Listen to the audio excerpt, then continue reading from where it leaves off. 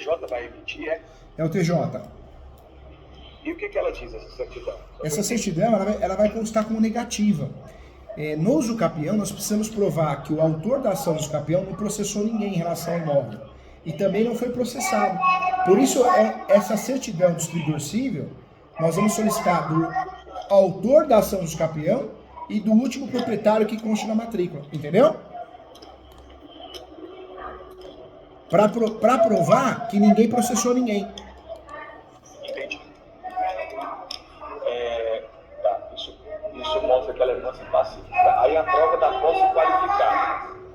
A posse qualificada, a gente podemos provar com nota fiscal, recibos, fotos, imagens, cadastros. O que seria a posse qualificada? Posse qualificada, a posse para uso capião, ela pode ser direta, indireta ou alternada. Então eu posso alugar, emprestar e fazer uso capião no meu nome. Eu posso morar, residir, ter comércio e posso fazer uso capião no meu nome.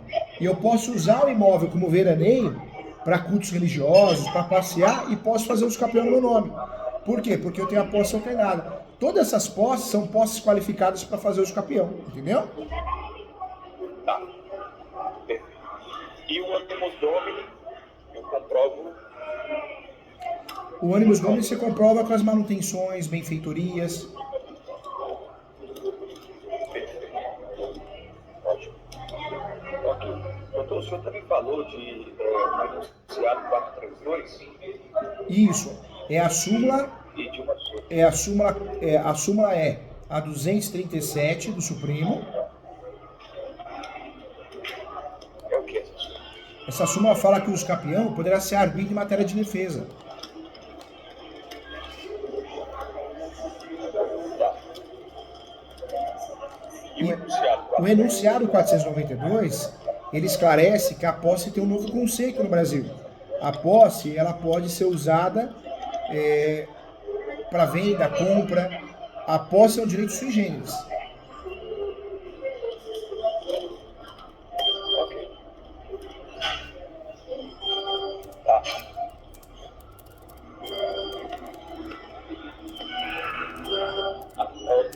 Outra dúvida, doutor.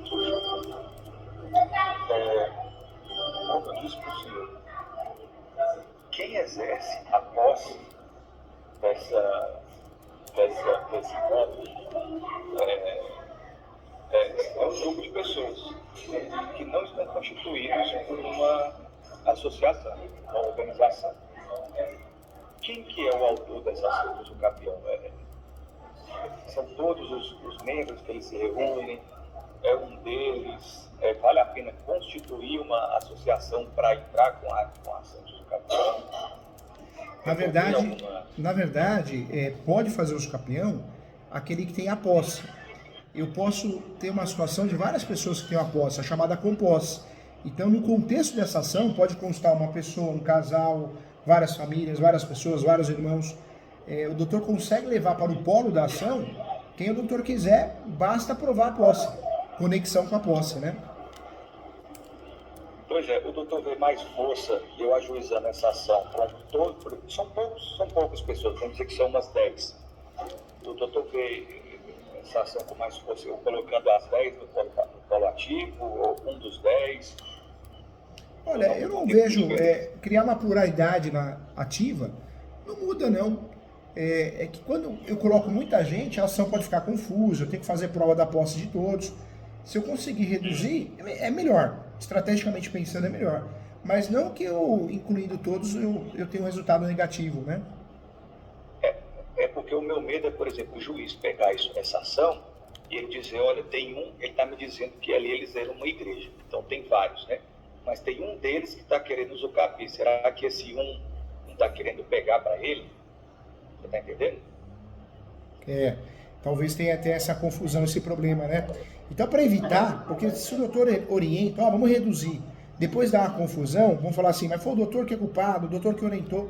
Então, vamos fazer diferente, vamos orientar todos a aparecerem no polo da ação. Né? Certo. Tá. Doutor, eu acho que as minhas dúvidas nesse assunto foram sanadas. Se o senhor tem mais algum comentário? Faz a peça e o doutor pode fazer o quê? Antes do protocolo, se o doutor quiser, marca uma mentoria e eu corrijo com o doutor a peça, corrijo e deixo ela pronta com o doutor. E o doutor faz a distribuição, a peça pronta. Fica a seu critério. Se o doutor achar que eu contribuo assim, eu estou à disposição. Tá. Tá? Tá, eu agradeço. Vou pensar, né? No caso, vou conversar com os irmãos lá e se eles acharem que eu vou aconselhar eles que sim. Tá bom. Eu estou à disposição, tá bom? Para te ajudar, com muito carinho e respeito, viu? Agradeço. Doutor, eu não sei nem quanto tempo que nós começamos, mas eu tenho uma... Fica à vontade, claro. É mais pouco que essa. Fica à vontade. Tá me ouvindo? Tô te ouvindo sim, viu? Mas o seu áudio cortou, né? Voltou? É. Voltou? Não? Eu vou tirar você para entrar de novo, tá? Vou tirar, aí você entra de novo. Tá, ok.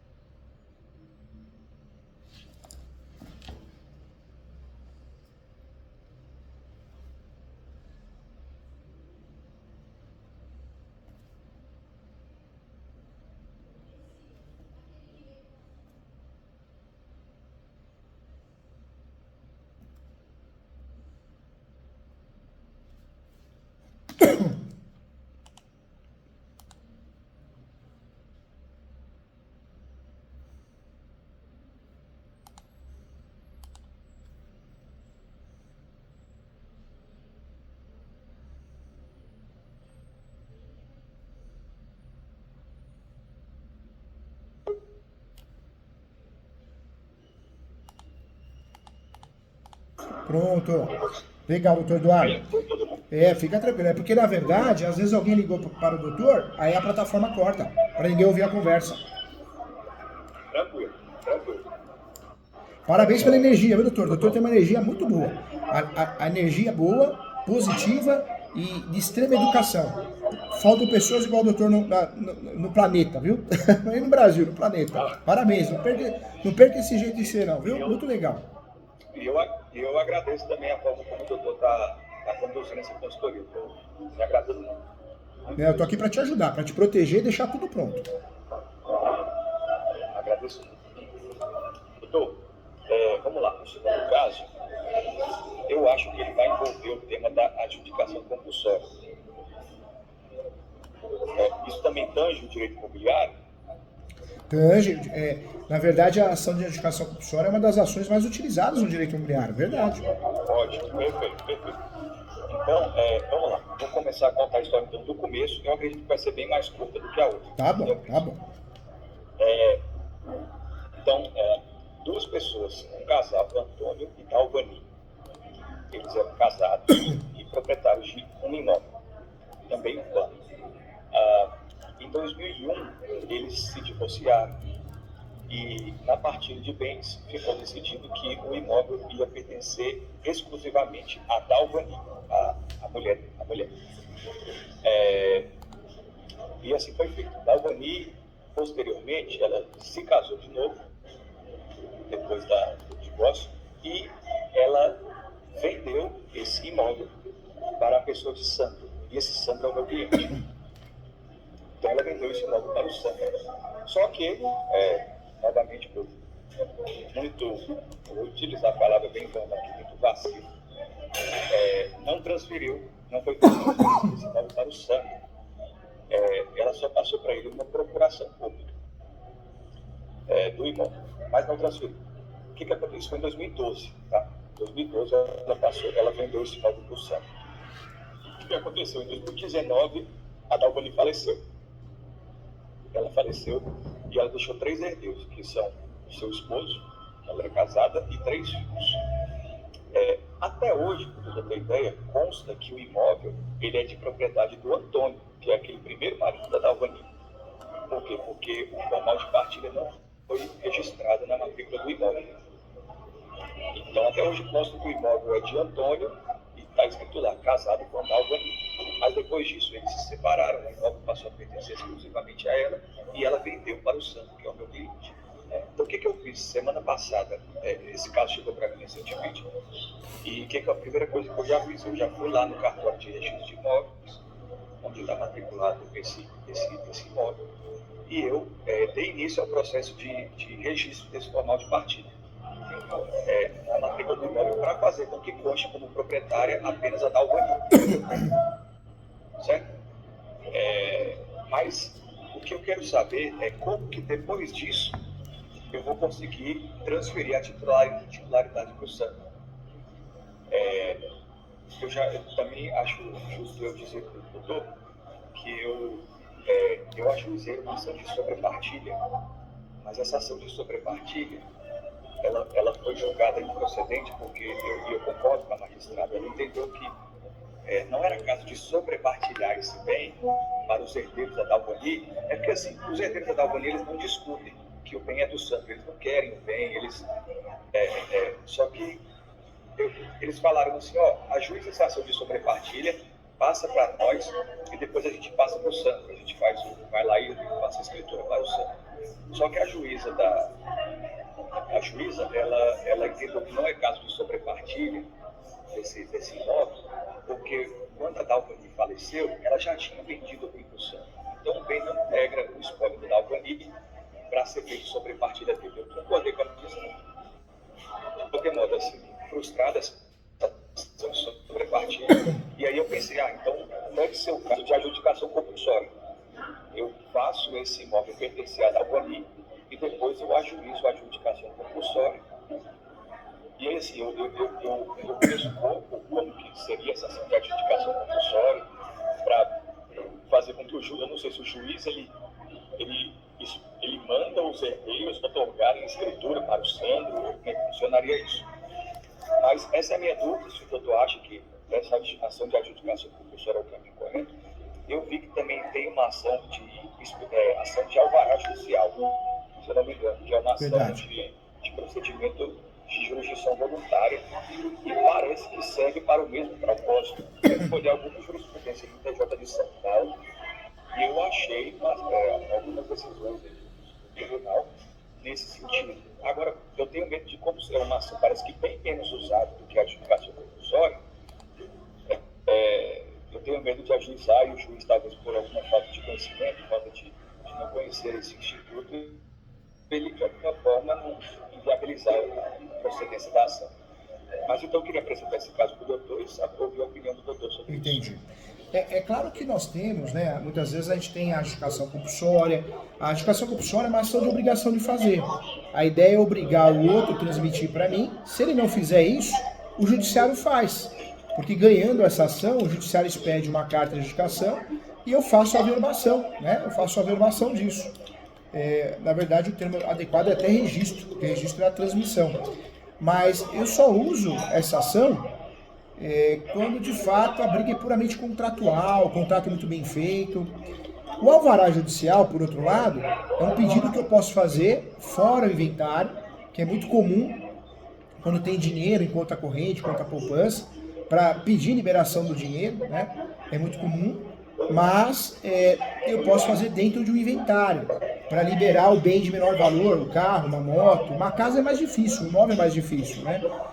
Os juízes pedem um alvará para poder vender com mais facilidade e poder custear os gastos desse inventário.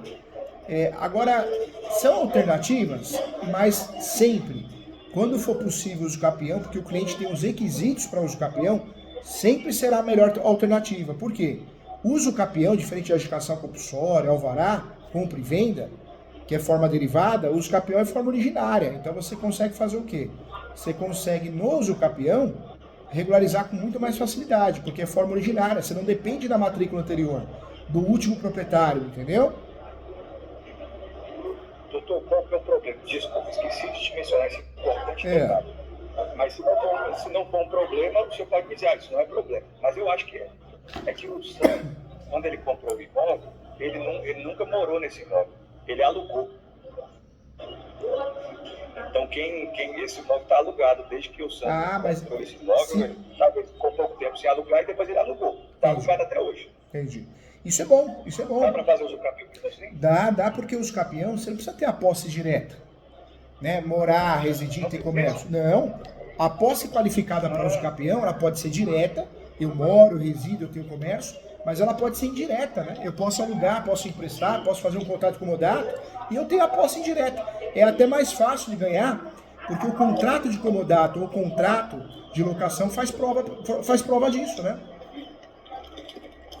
Certo, muito bom. E aí, qual seria essa usucapião? Qual a modalidade de usucapião? Quanto tempo de posse ele tem? Ele adquiriu o imóvel em 2012. Então tem 12 anos, né, até hoje.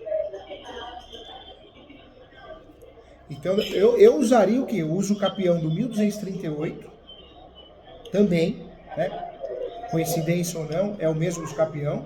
Só que esse usucapião, além do artigo 1238, que nós temos que usar, tem que usar também, isso é importante, a posse complementar. Por quê? O usucapião que você vai fazer exige 15 anos de posse. Tem 12, faltam 3.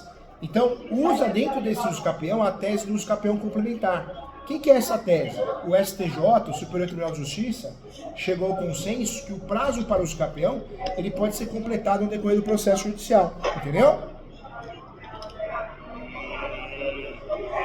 Essa tese, doutor, ela aparece aonde? No RESP, no recurso especial. Anota aí. 1361. 1361. 226. Certo.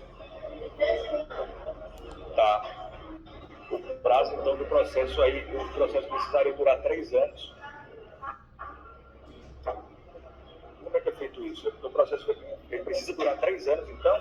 Você vai distribuir a ação de usucapião, né? E essa ação, o tempo que demorar, ele não vai ser perdido, ele vai ser somado. Sim, mas aí vamos supor que a ação ela termine antes dos 3 anos. Aí eu não vou ter o prazo. Mas aí que tá, você vai segurar esse usucapião. Você vai pedir o parcelamento da perícia. O usucapião sempre tem perícia. Então você vai pagar parcelado o perito para a ação demorar um pouquinho mais. Você vai pedir prazo suplementar para juntar documentos. Você vai pedir uma audiência de instrução e julgamento. Você vai fazendo pedidos para que a ação demore mais que o normal, entendeu? Pedro, pode repetir esses pedidos? Um exemplo, né? Você vai pedir o parcelamento do pagamento da perícia. Porque eu vou ter que pedir uma perícia? A perícia nos capiões sempre vai ser obrigatória, sempre vai ser necessária, né? Então você vai pedir o quê? Você vai pedir a perícia, você é obrigado a pedir a perícia.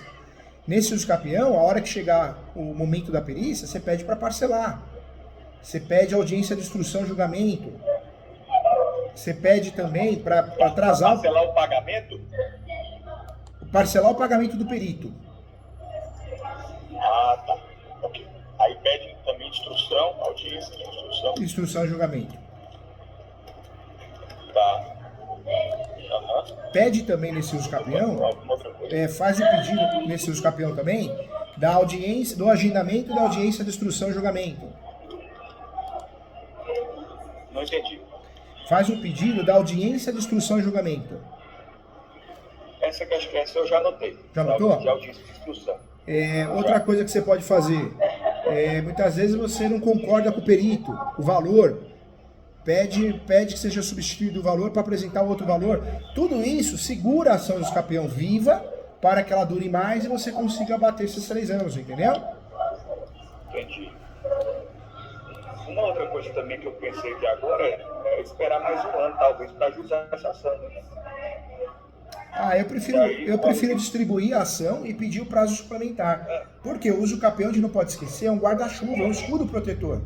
Então vamos dizer que alguém faça alguma coisa, alguém questione, você não distribuiu a ação do usucapião, você está em prejuízo, né? Então é melhor distribuir e pedir esse prazo suplementar, é mais seguro. Eu já peço esse prazo na inicial? Pede na inicial. Que seja considerado o prazo complementar. Complementar. De aquisição da propriedade. Isso. Tá. Entendi. Então o fato dele estar utilizando esse imóvel como locador, desde quando ele adquiriu, tá? Ele vai dar ele o direito ao usucapião. Já deu, né? Já deu, já é um direito existente, né? Obrigado, cara. Vou entregar pra Ana, viu? Por favor, tá? Essa daí o senhor realmente me salvou, me salvou, porque eu nem cogitava o campeão nesse caso, porque para mim não era possível, porque era locador. E outra coisa, é melhor trabalhar com essa tese de uso capião complementar, porque o uso capião em andamento já é um escudo protetor do teu cliente, né? É um guarda-chuva. Se alguma coisa aparecer, alguma coisa acontecer, você está protegido, né? Entendi. Tá. Faz as peças, se o doutor precisar, marca comigo a mentoria online, manda a peça antes, eu abro ela aqui, eu ajudo, viu? Ok, perfeito. A mentoria seria o mesmo caso dessa consulta aqui? Mesma coisa, tudo igual. Mas aí eu consigo corrigir a peça, que a plataforma permite, né? Legal. Legal. Tá ótimo. Tá bom? Conta comigo, eu estou à disposição. Se precisar, eu estou aqui. Tá ótimo, doutor. Eu creio que é isso. Fica com Deus, então. Eu aguardo você com as peças para poder ajudar o doutor a corrigir as peças, tá bom? Tá ótimo, doutor. Muito obrigado, viu, pela ajuda. Eu que agradeço. Parabéns pela simpatia, pela educação, pela energia. Você é gente boa, né? A gente precisa de pessoas assim, do bem, né? Educadas. Hoje as pessoas vivem muito de arrogância, de status, né? As pessoas estão doentes, né? Verdade. Fica com Deus, tá? Um abração. Fica com Deus, boa tarde, tá? E aí, depois a gente pode... Tá bom, um abração. Tchau, tchau. Um abraço. Tchau, tchau.